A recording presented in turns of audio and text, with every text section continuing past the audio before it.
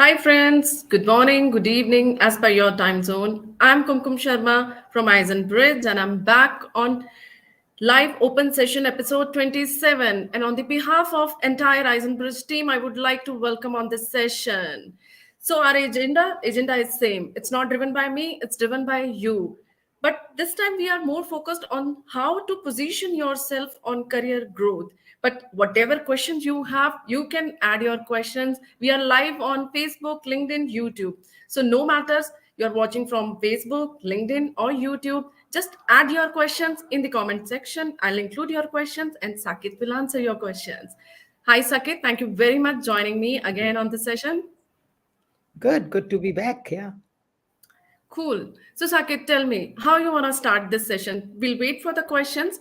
Let participant prepare the questions and post the questions. Before that, you tell me how you want to start. What important you want to share with us. Perfect. So we wait for the queries, and there are some discussions happening at various channel.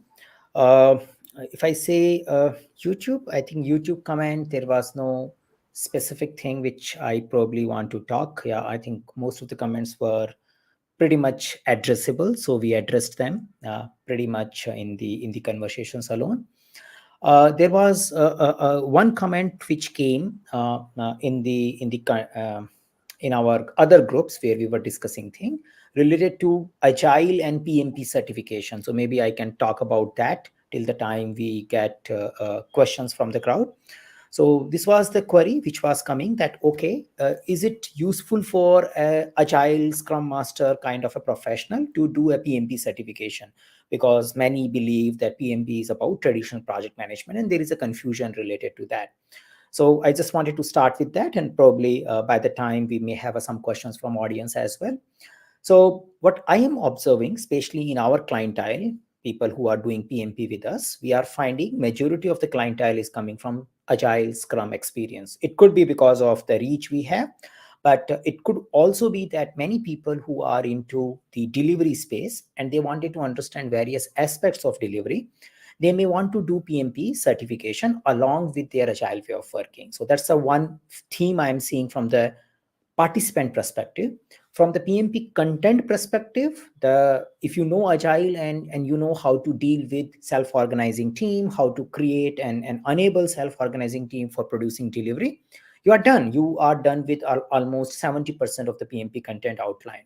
So PMP content outline, the people aspect of PMP content outline, which is right now present, is primarily focusing on leadership, enablement, servant leadership, helping team grow, develop people, and working with stakeholder on a continuous basis, which is pretty much common nowadays in the agile as well as non-agile way of working, because people's part of it is moving towards service servant leadership. So that part remains the common. And then when we talk about process parts, how do you do things like how do you do estimation, how do you do risk management, how do you do other things, there also 50% weightage is given to the agile. So if one understand the agile way of doing risk, if one understand agile way of doing requirement, agile way of doing delivery, and then has a good understanding of people aspect of it, you are good. Yeah. You are good to get certified. So content wise also the content is pretty much aligned. Now the third probable question people may have, that we don't have a role called project manager in agile, so what do I do, because PMP is all about project manager. So that is something we need to be very clear. The PMP way of doing agile is doing projectized work and using agile ways of working.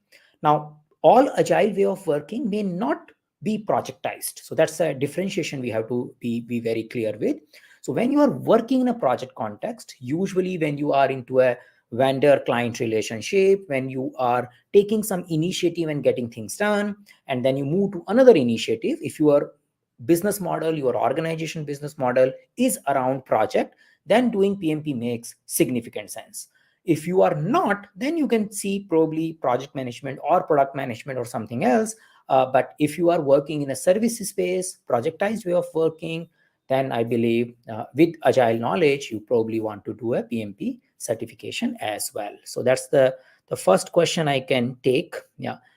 If nothing is coming, then I can take another question if I have the opportunity. So let's see if we have something from the group. We have a good evening messages. Hello everyone, good evening. And we probably talk about something else now. Okay, so that was about PMP and Agile. The second usual question, many time we have discussed it in this group as well, and I also got it in one of our community channel where we do a lot of interaction for our Scrum Masters.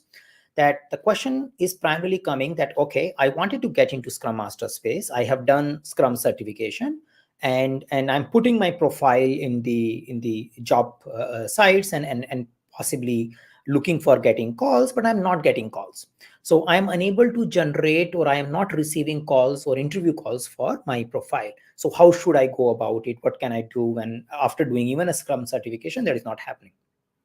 So I feel this could be an issue in any profile. It could be a Scrum Master issue. It could be a product owner issue. It could be something else that you want to get a calls for a particular profile and you are not getting it. So one of the basic fundamental way of doing analysis, again, specifics one has to find out based on their profile and their target job, is that what are the possible things which are given in the job descriptions, the target job descriptions you are looking for. And do I have those kind of competencies or keywords which are given in the job description in my profile? And the more and more keywords will be matching, the more and more probability of my profile getting selected will be there.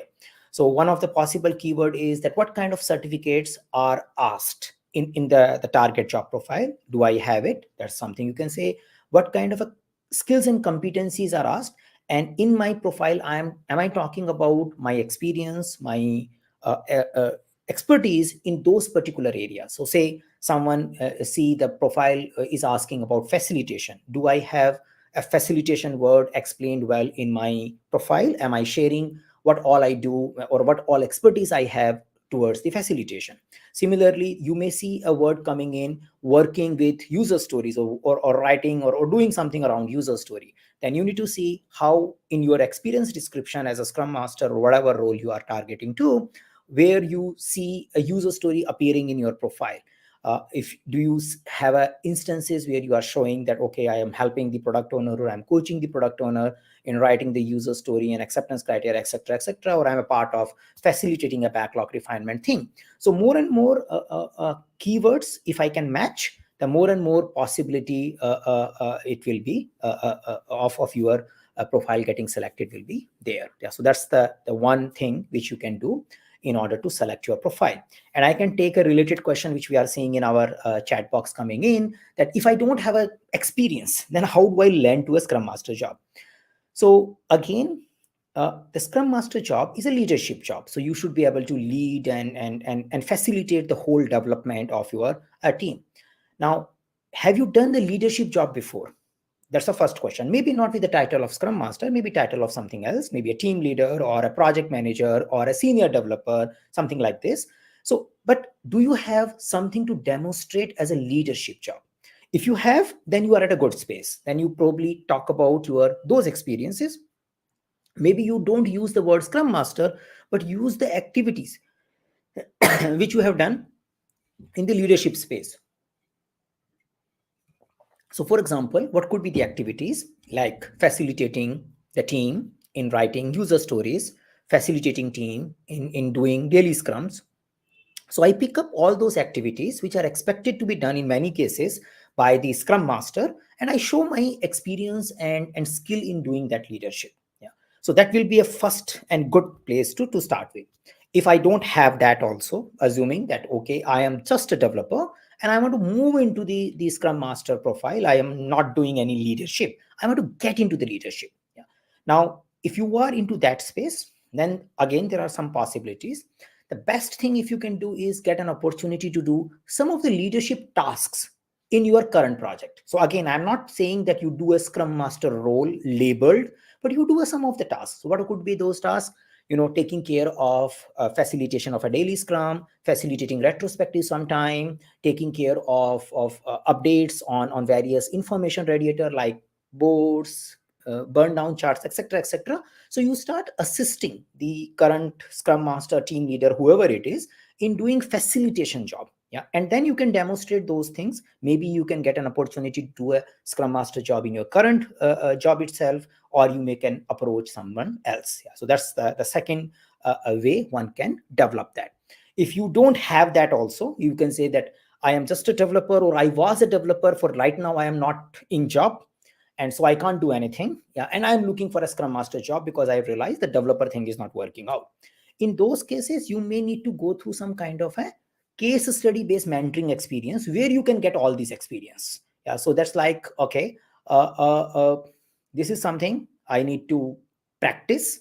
Okay, so I practice how do I do scrum, daily scrum facilitation. I practice how to do retrospective, and my company, my environment, my current job cannot give me, then I take a separate assistance from some group agency who might be running such kind of a mentoring program. We do that. So you can connect with us and we can facilitate you in a process of experiencing the role and the whole experience of scrum, and that can help you in putting those ideas and your experience, and that probably can take you the things. Yeah, yeah.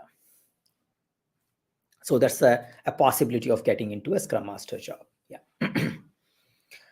Okay, but usually developers are well in demand nowadays. So if you enjoy doing development, there is no need of getting into Scrum Master. But yeah, if you are looking for a leadership role, then definitely team leadership, Scrum Master leadership is a good option. Yeah.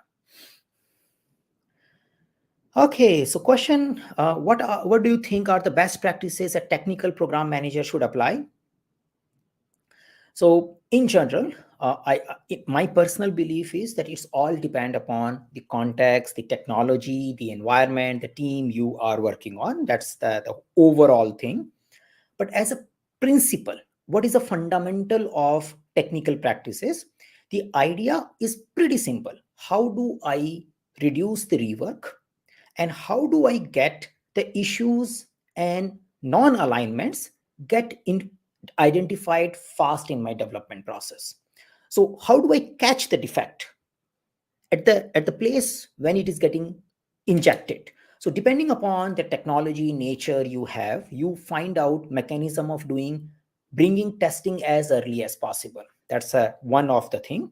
And then you need to find out how a technology driven rework, maybe requirement driven rework is there because requirements are changing, but the defect driven rework or other technical errors related to rework you want to reduce. And both of these things are related, because if you detect the non-alignment on quality or any of the requirement early, which is known, you can fix them early as well.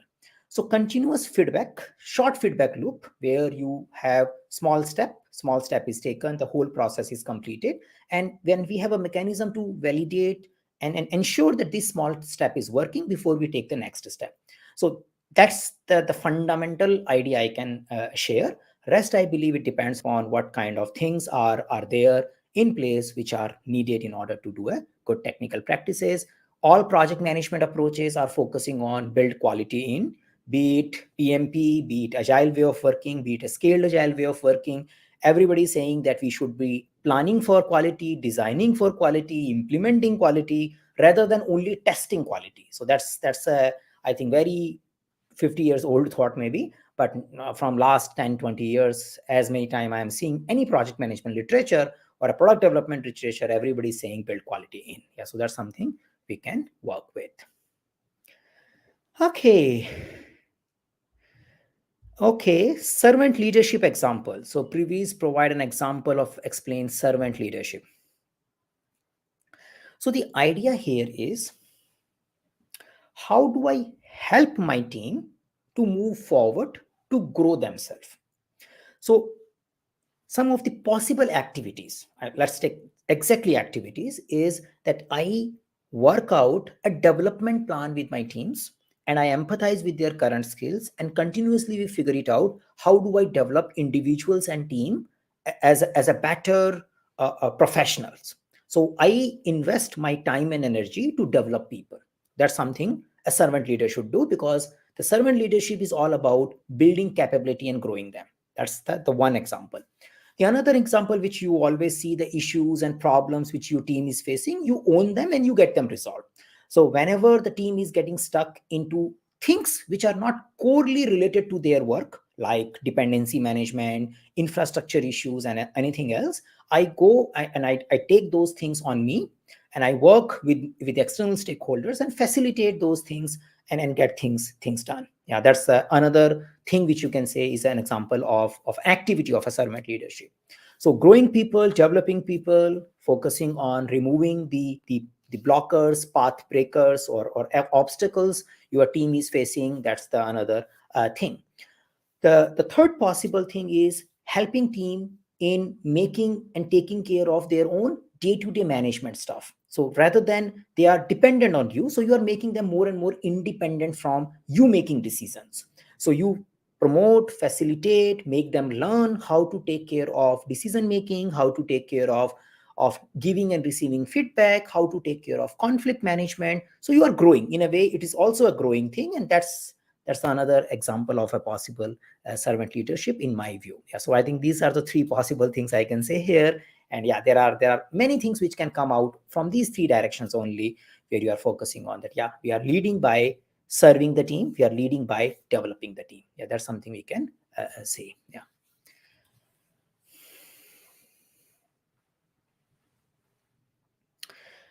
Okay, so this one is interesting.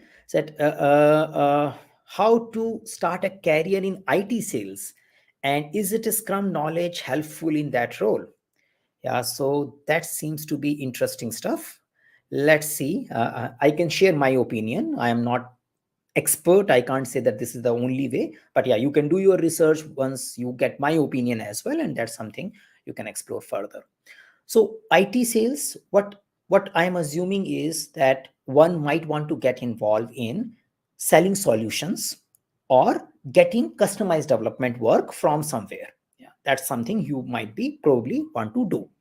Now, a good amount of IT sales is a consulting oriented sale. So it is not like you have a very defined product and you pitch for it.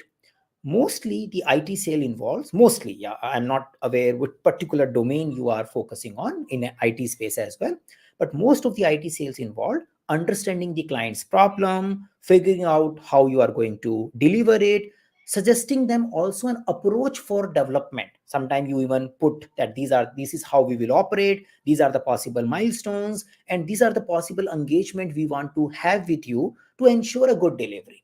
So some amount of software development approaches, yeah, knowledge of software development approaches, understand, and when you understand those approaches, you understand what is the variability in the whole development process, and how can you satisfy clients fear and issues related to purchase. So knowing how the execution will get done, what kind of things will matter, some understanding of the overall life cycle of a project delivery, I believe is useful for the the people who are into solutioning and IT sales space. So now Agile and Scrum is something which is a popular way of delivering nowadays. So knowing these Scrum terminologies and understanding how do we operate and bill and make a contract in that kind of environment is a good idea. You one should do it. And later on, if you are getting into the large scale solutioning space where you are dealing with 1 year long projects as well as 100 people are involved and integration and various vendors are involved, in those contexts maybe learning project management in a further detail by using PMP certification is also useful, because that helps you in putting your solutioning piece well in front of a clients, and they get their solution and they may end up purchasing from you. Yeah, that's something I can say here. Yeah. Okay, so these are the things till now.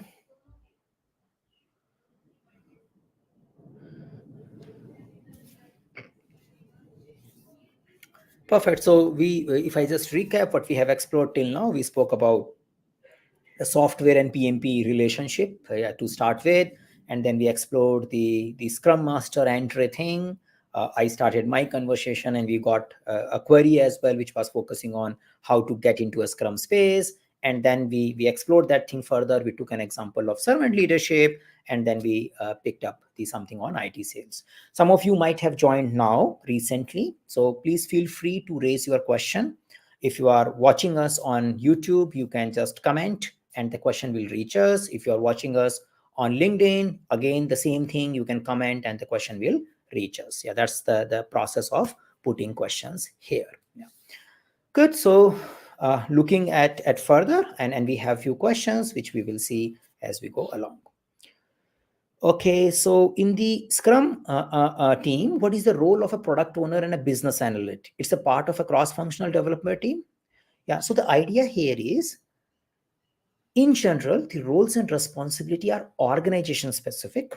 But yes, Scrum Guide defines you the first level of roles to start with. And that's something we should not be too much attached to the boundaries and the way Scrum Guide is explaining the roles. They are very good to start with. They are good for a first month. Second month onward, you will figure it out how things are working or not working for you. So that's a way.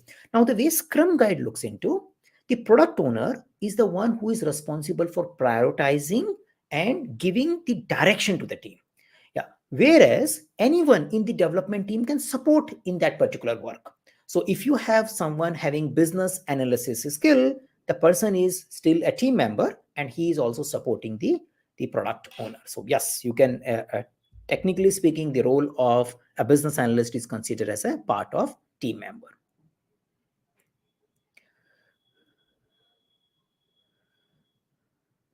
Okay, so we have a question. As a Scrum Master, how can we provide the best example for how can we influence Scrum team member like developer do not burn down their hours and every time SM is following up with the team?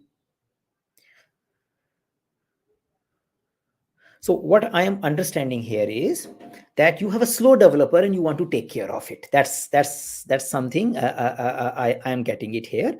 If I am getting it wrong, then please clarify me. And that's the first thing. So by the time I take the next question, and if I'm getting it right, then I will repeat this question and we will take it further. Yeah. So please just give me a confirmation.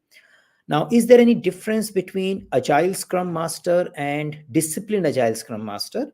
So I'm not aware of Agile Scrum Master, but yes, we do understand the Certified Scrum Master, which we run as a CSM program.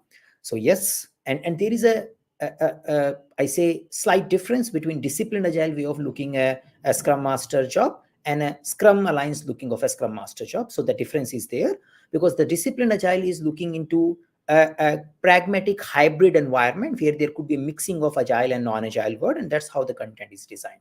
So yes, there is a difference. Both of them are talking about the fundamentals to Agile and Scrum to start with, but in a little different context.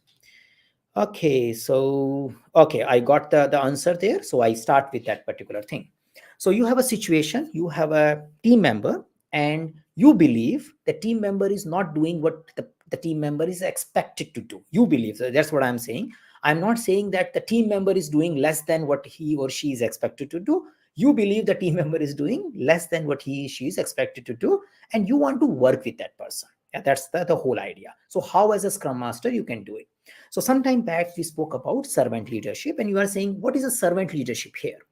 Now the idea here is, I am willing to work with that person to find out how do I help him in becoming a better professional, better in the work what he's doing, or whatever the area is. We are trying to find out, how do I grow you? Yeah, how can I help you in growing you? So my approach here is that there is a developer and I'm thinking of how can I help him in growing further. Now, first possible things is that we do have an understanding what is working and what is not working, and what is the definition of growth, what the person want to do, what kind of a goal the person wants to put in front of him for next 2 or 3 months for the development and the excellence and the mastery the person wants to achieve. So I may start with having regular one-on-one conversation with my team members, and we have that growth conversation there. It's not about assessment of what you are doing and what you are not doing. It's all about how do I help you in growing, and let's figure it out what is working and what is not working. So we have that growth conversation with those individuals on a regular basis. And in those growth conversations, we come up with some action items that sets the foundation for what is going to happen next. Because if we don't have an agreement on how are we going to grow, how are we going to improve our overall skills, then without agreement it is just a push. So we have the 101, we have the agreement, and then we have a feedback on it. So we have a feedback mechanism which is telling what is working and what is not working, and based on that feedback we are finding out how to deal with that situation. So there could be a possibility the person may needs mentoring based on 101 goal setting and feedback collection. So you may attach a formal mentor. There is expected to be a mentoring session on a particular technology or space. There is a possibility the person needs to be trained in a something. There is a possibility the work need to be realigned. Different kind of work is expected from this person. So you may want to facilitate team to figure it out what kind of work they should allocate to each other by understanding each other's strength. So that's a possible thing. Now, if this question is getting asked in the interview, I again recommend here you take an example. You can say, this was the case, this was happening in my team, and this is how I resolved it. Yeah. If it is generically, then some of the ideas I have shared, you may have your own way of handling. But my probable way of handling is that I have a first baselining of what we want to do by doing a 101, and then we find out how things are going and we do a continuous feedback on it. Yeah. Okay.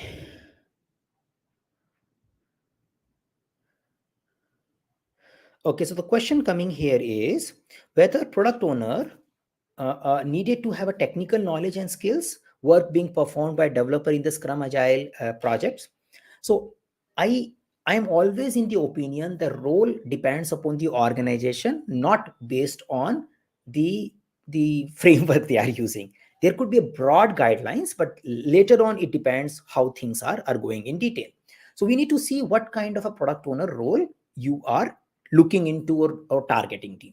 What I see in the industry, there are team focused product owner and there are business focused product owner. Sometimes business focused product owners are called product managers. So if you are a business focused product owner, then your focus is always understanding competition, pricing, vendor, partners management, understanding the customer persona, benchmarking all the time, looking at what the market is doing, competition analysis, and then based on that you are end up prioritizing the product backlog. So that seems to be your major area. If you are a team focused, internal focused product owner, and some of you might be both, your focus will be more on writing the user story, putting the acceptance criteria, and then it's a raining here, so the fluctuation happened. Then coming out with the clear acceptance criteria and working with your team continuously to get those things done. That's something is a role of internal focused product owner. Now, if I see various job description of internal focused product owner, I do see many times they ask for ability to write functional and non-functional acceptance criteria. So that much technical expertise I do see expected many times from the internal focused product owner. So, but nobody expects product owner doing coding. Nobody expects product owner doing technical mentoring. That's a very, very rare. I have not seen it until unless your product is technical. Yeah, that's something a possibility. But in general, we see the ability to write functional and non-functional acceptance criteria for an internal focused product owners. Yeah.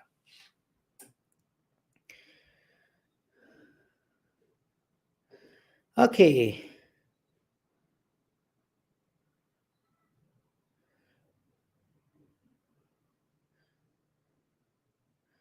Okay, so I pick up a little one by one. So do we have a technical agile coach?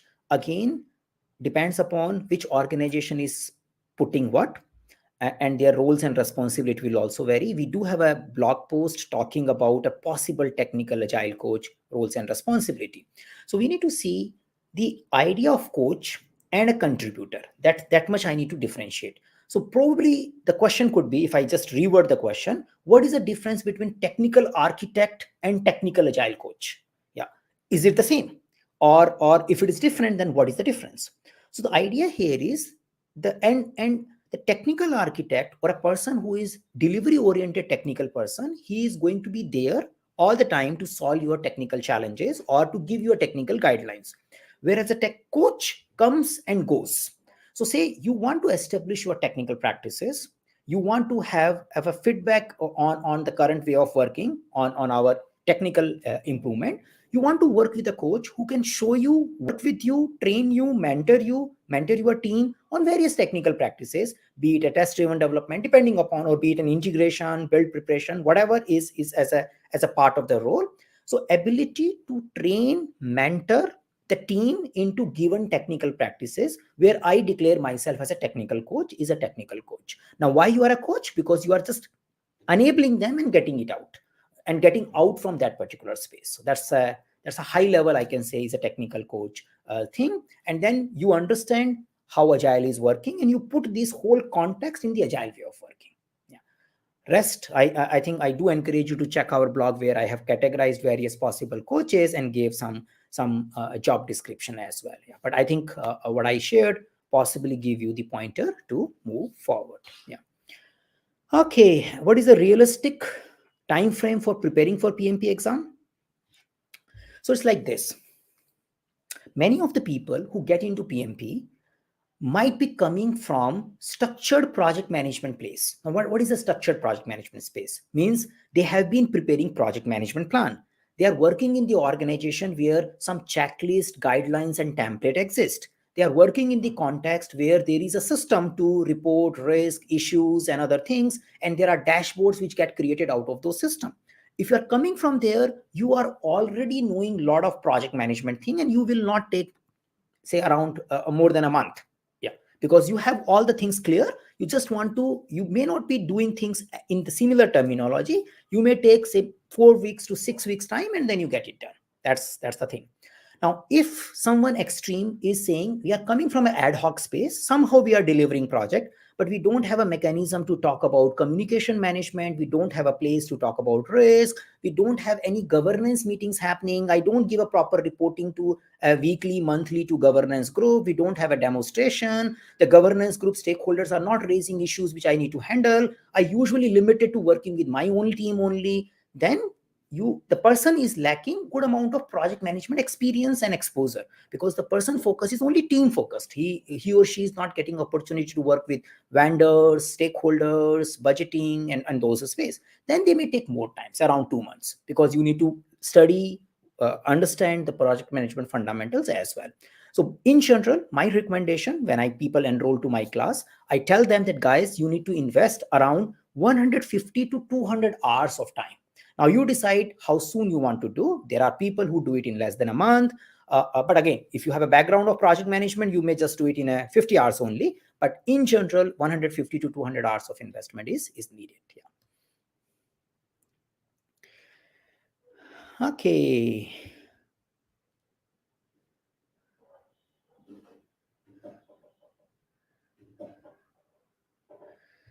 So can we talk about agile contract, or is this a theoretically only, or companies are actually following this? So we had a survey, and there are various information coming in.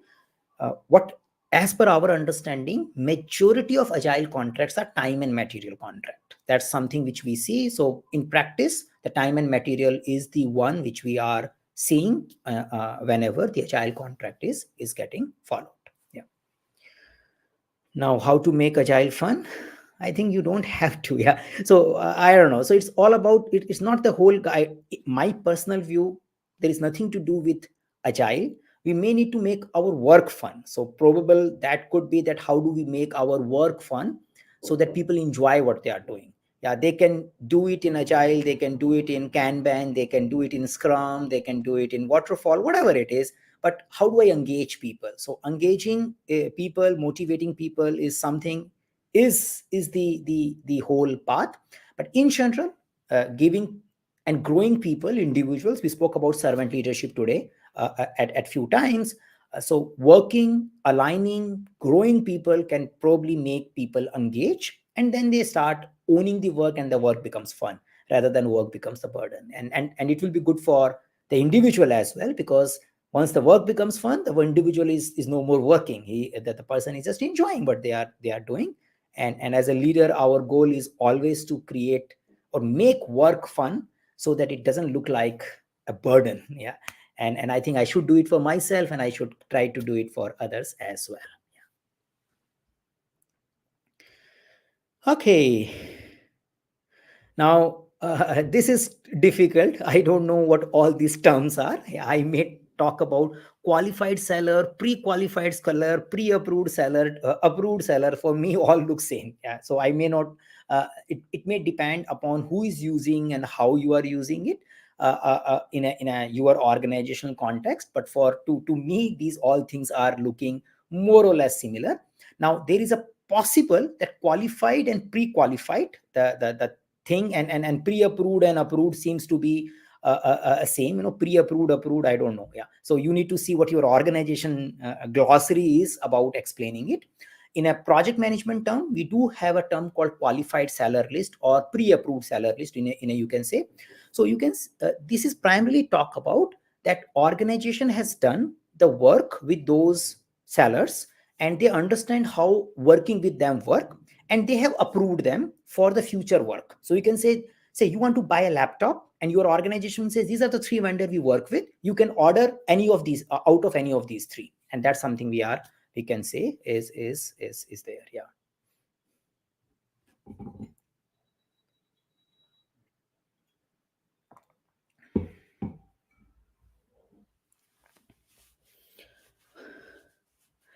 Okay, so multiple choice question. So it's difficult to handle multiple choice question here, but I would recommend the forum.eisenbridge.com is a good place to write ABCD based option. Yeah, PMP, we are there, and please do put up there, and then we have to primarily see the option which is matching with that thing, because here it's just the generic thing. So yeah.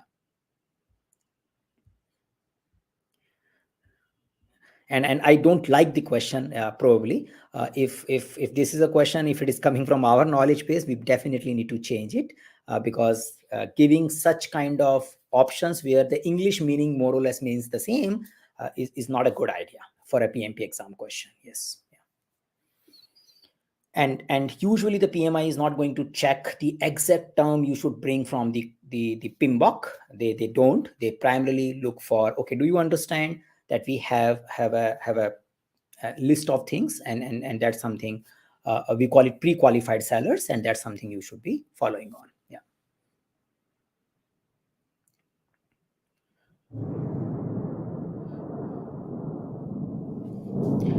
Okay, so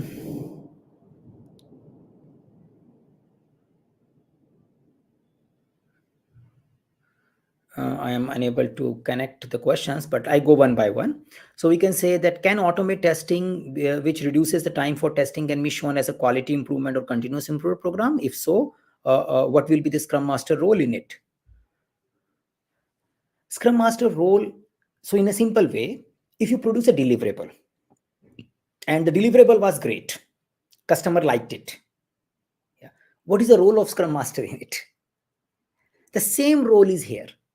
If you had a manual testing or you have been spending 2 months doing testing, now your team has automated it and team has demonstrated this saving, and that enables them to deliver faster. What is the role of Scrum Master in it? So more or less same. So both of these things are value delivery. There is nothing different. Yeah. There could be one value delivery was directly impacting the business. This value delivery is impacting the overall optimization of your way of working. So whichever way you are doing, you are guiding people to optimize their way of working. Yeah, that's something you are focusing here. So you are facilitator. You have not done anything. You might have facilitated them to think about their improvement ideas, and that's how we probably can say the role of a Scrum Master. Yeah. Perfect. And for PMP ABCD, Manoj, I recommend you to put into a forum. We will definitely answer you with the definition of the relevant term. But in general, such kind of questions are not coming in the PMP where the words are confusing. But yeah, you can still put it and we'll clarify our approach towards this particular question. Yeah. Okay, so so I'm unable to catch this question. So have found that even though our team work in a sprint, but they still have an overloaded with the work. As a product owner or a Scrum Master, how do we validate whether developers are actually loaded? So, Okay, so if I relate it like this, and there was a question related to, I think someone asked that how do you make developer burn more and etc etc. So it's like this: you have a work and people are saying we have too much work, and then you are suspicious, do they really have too much work? That's the whole idea which you are pointing out. So the generic way of handling it, irrespective of life cycle, is about getting into the details of the work and bringing transparency in the system. So the idea of, in the agile way of working, doing daily scrum is that only. So we have a clarity of the group is discussing what is working and what is not working. The scrum master, product owner is expected to ask questions. Yeah, they need to challenge what is working and what is not working. Why something cannot be done in less time? That's a question. Yeah, we need to figure it out. So it's not like that if there is a work and an individual and team thinks it's going to take 10 days, we just need to say okay, it's going to take 10 days. Yeah, at the same time, it is not like we need to work with an assumption that they are asking extra time. They are not asking extra time. At the same time, I am not liking 10 days. They believe they are going to take 10 days, and I believe 10 days are not workable for me. It should be something else. So as a scrum master or a product owner, you can definitely ask, how can we make it 3 or how can we make it 4? Is there any way to do it? Which part of it is taking more time? And how can possibly we optimize it? Do we need an external help? Do we need a training? Yeah, something like this. So we need to have a continuous exploration and discussion. Yeah, we need to get into the details. We can't just say, oh, I'm going to give you 3 days only, and whatever you do it in a 3 days. That's a old way of doing project management, where you take a time from the team members and then you give a half the time to them. That probably like 20 years ago I might have also done it. Whatever estimate comes in, you reduce it by 50% and says do it in this much time and I will come and check it to you. So that's not the idea now, because the work is becoming more and more complex. So we need to work on their estimate, we need to challenge them, and then there has to be a quick checkpoints to have a feedback about it, what is working and what is not working. And in a way creating the transparent system by way of having Kanban board and the daily scrum is something which can help us in resolving it. Yeah, so that's something we can do in this space.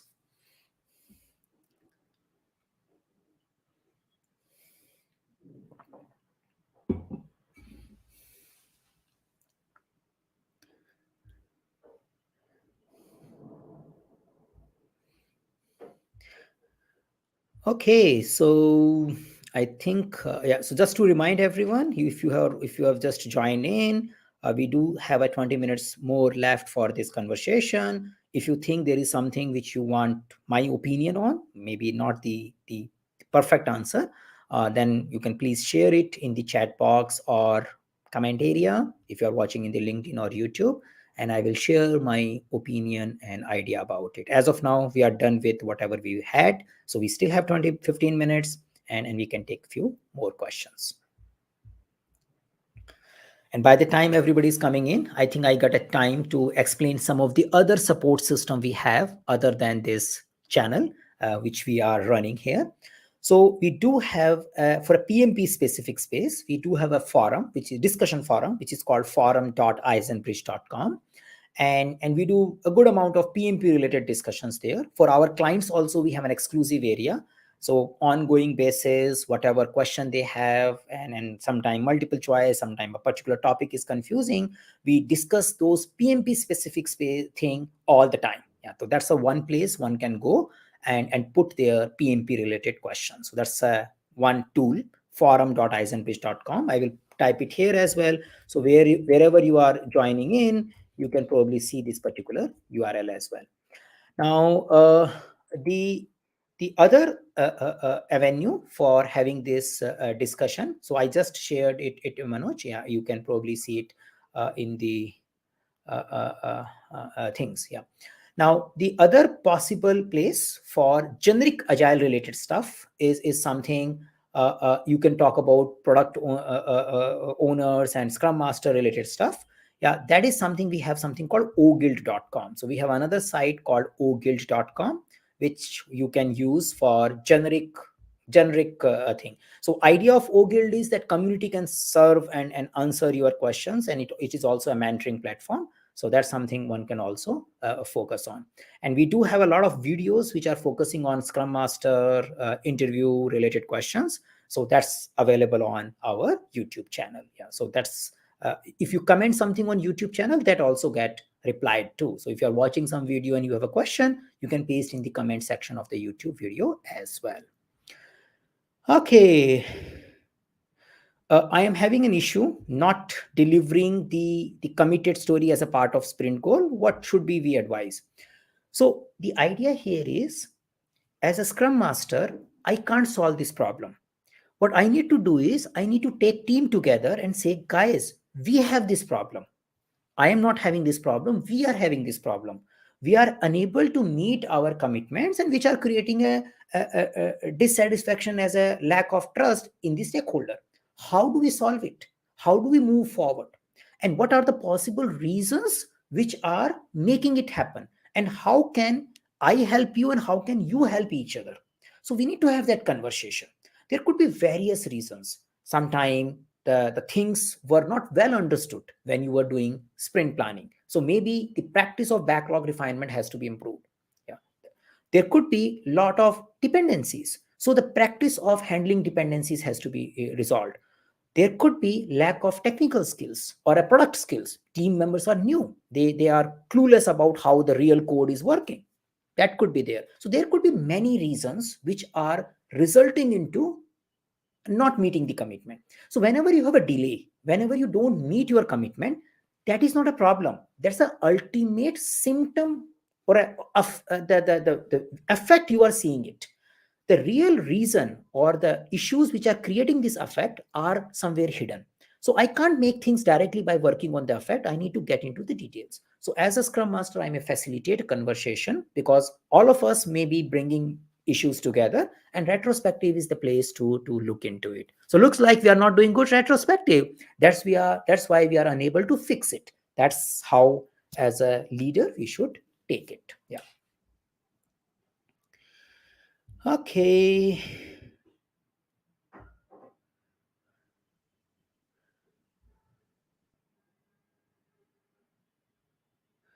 Okay, so real life user story example at OGuild, you can get it. OGuild, we have a resource section, and I think I have posted around, if I'm not remembering, 12 stories, and the 6 of them are pretty much well defined. So you can download them in OGuild resource section. You can see a user stories example.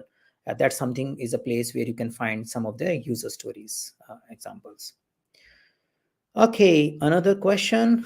As a Scrum Master, how do I motivate some team members to speak up during the retrospective?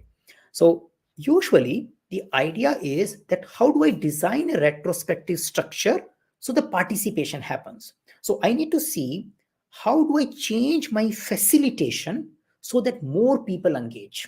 Yeah, and I think you are asking the same question, but I'm just refining it and saying, okay, what kind of a facilitation technique I can apply? So there are many websites which helps you in learning about some of the facilitation techniques, but in a simple way you need to find out how can I give individuals time to think, individuals time to express, and then have a conversation around those expressions. That's something you are focusing on. So one of the way is that you help them to write their points first and put them into a common space, or maybe have a small group discussion on their opinion first. So for example, you may say, let's group into the pair. Yeah, you two people discuss their points first, and their discussion comes on the main table later.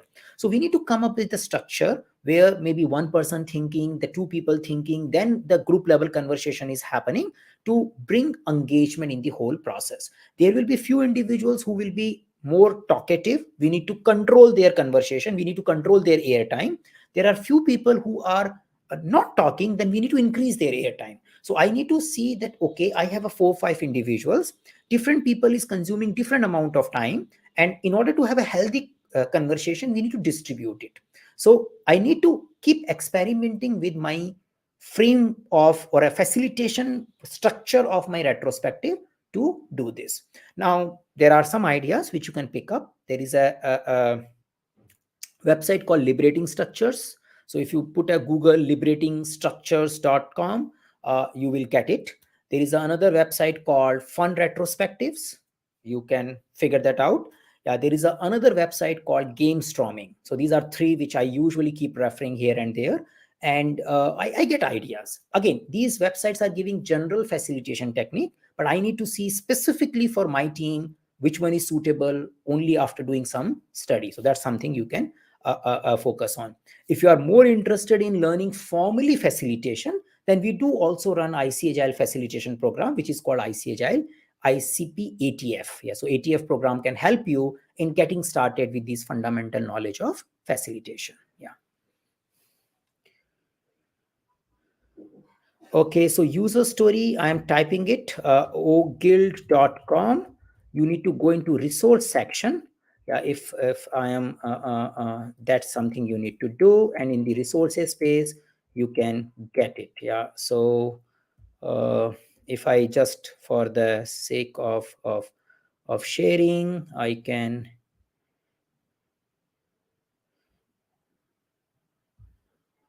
okay, if I share, no, okay, let me see if I can share screen. By that time, Chrome tab. Yeah, this is how it should look. So I hope you can see. So this is how the OGuild site looks. And there is a some example of contracts also. Yeah, so here you have a master working agreement, coaching user story for wowhotels.com. This is something you can download. Here you can find some of the examples. Yeah, I have already pasted the link in the chat. Okay. Yes. Yeah.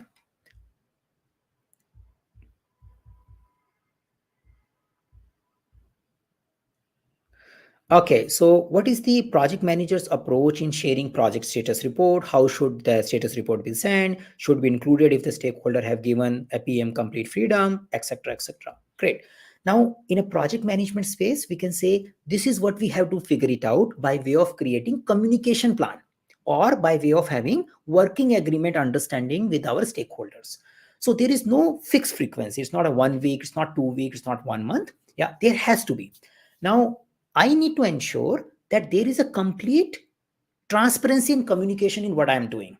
So I need to do my stakeholder analysis in a theoretically as well as in a real project as well. And I need to identify who are the people who should be knowing what is working and what is not working. Who are the people who should be knowing our day-to-day issues? Who are the people who should be knowing that our estimations are getting changed? Yeah. And what are the points and how frequently they are available to analyze and support me. So I need to have that group identified. It will be little unlikely or little risky where project manager is not having any support system. See, the idea here is the project, be it irrespective of life cycle, you are not doing for yourself. You are doing for someone. Yeah, someone is spending money and someone is going to get value out of it. So there are stakeholders and there are people who are putting money on it. Now I can't get what they are thinking. The person who is putting the money, I can't sense his priorities all the time. The person who wants me to do something, the stakeholders, I can't necessarily get what they really want all the time. So what I need to do is I need to validate, okay, is this team is going in the right direction? And I also need to bring up the issues. Sometime I need a support from them. So usually in the organization, they have a prescribed frequency. But yeah, if I would say that you may have a 2-3 levels of reporting structure, not necessarily every time you need to bring everyone. But going without feedback for more than 2 weeks seems to be risky, irrespective of the life cycle. Yeah. To me.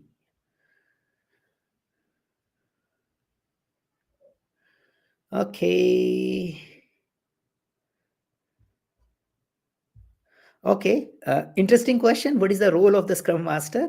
So the thing is, it's a leadership role. It's a leadership role to getting the development team moving towards their goal.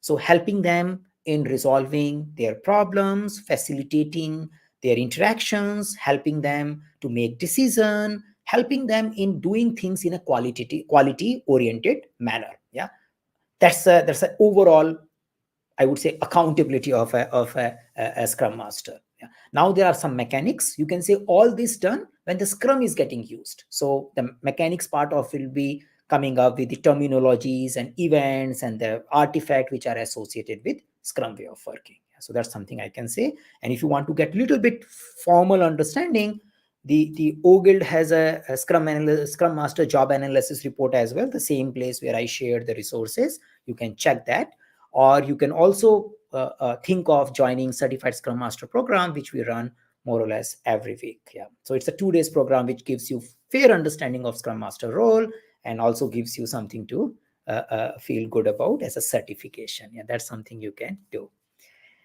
Okay, so that's something we can say it here. Great. I think we are approaching towards our closing time. Yeah, it's Right.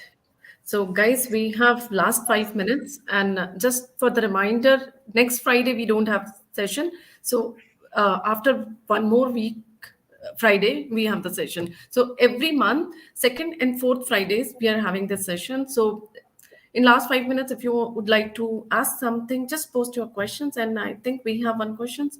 So, yeah, let's do. perfect. Perfect. So I think we spoke about retro, but I think someone else asked that time.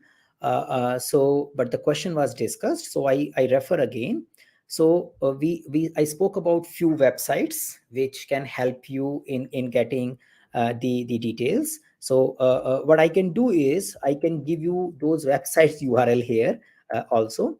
So what I said is that we need to look for better way of facilitating. That's the whole idea of doing retrospective better. And I'm just trying to find some of the website which can give you those ideas if you want to further study that part. So this is something I am saying gamestorming.com. This is something I'm putting it here. And I do encourage you to check the previous conversation where we spent some time on retrospective. So fun retrospectives, that's something is coming in. So I'm sharing that particular link also. So I'm sharing 2 links, and then you can find little more from the content space. Yeah. Yeah.